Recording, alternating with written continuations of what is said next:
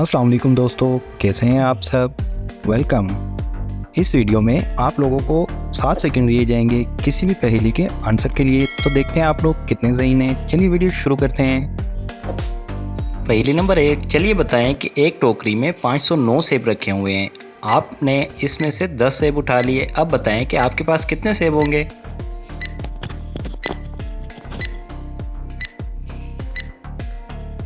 तो जवाब है आपके पास तो 10 सेब ही होंगे ना। सवाल नंबर 2, ऐसी कौन सी चीज़ है जो पैदा तो समंदर में होती है मगर रहती घर में है। आप लोग किसी भी पहेली का आंसर 10 सेकंड के अंदर कमेंट कर सकते हैं।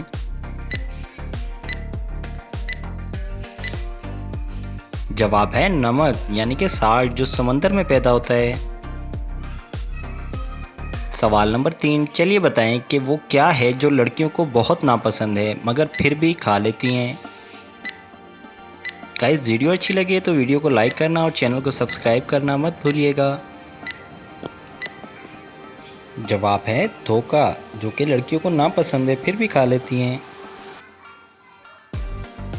सवाल नंबर 4, चलिए तो बताएं, एक बच्चा तेज बारिश में बगैर छतरी के घर की छत पर गया मगर उस बच्चे के कपड़े गीले नहीं हुए। बताएं क्यों। सोचें सोचें, दिमाग लगाएं। जवाब है क्योंकि बच्चा नंगा था, उसने कपड़े ही नहीं पहने हुए थे।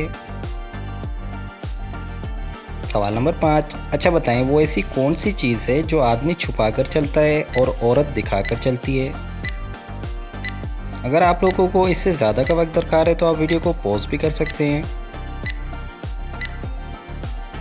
जवाब है अपना पर्स, जो लड़कियां दिखाकर चलती हैं। सवाल नंबर 6, चलिए बताएं कि वो ऐसी कौन सी चीज़ है जो बच्चे पहनते भी हैं और खाते भी हैं। बच्चों, लगाओ दिमाग।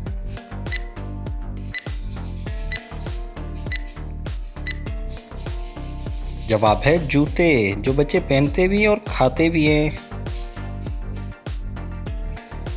सवाल नंबर 7, चलिए बताएं कि आपकी वो ऐसी कौन सी चीज़ है जो आप देख नहीं सकते।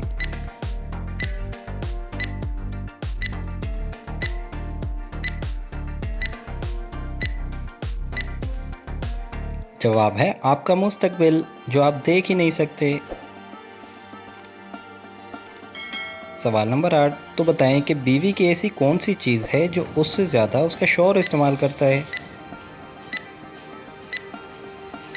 Guys, be positive.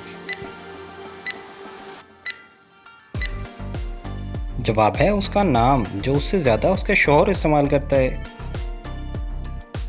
तो गाइस, कैसी लगी ये वीडियो कमेंट करके ज़रूर बताइएगा। मज़ीद इस तरह की इन्फॉर्मेटिव वीडियोस के बारे में जानने के लिए चैनल को सब्सक्राइब कर लें, बेल आइकन को ऑन कर लें ताकि नई आने वाली किसी भी वीडियो का नोटिफिकेशन आप लोगों को मिलता रहे। अपना ढेर सारा ख्याल रखिएगा, दुआओं में याद रखिएगा। ज़िंदगी ने वफा की तो इंशाल्लाह फिर मिलेंगे नेक्स्ट वीडियो में। अस्सलाम वालेकुम।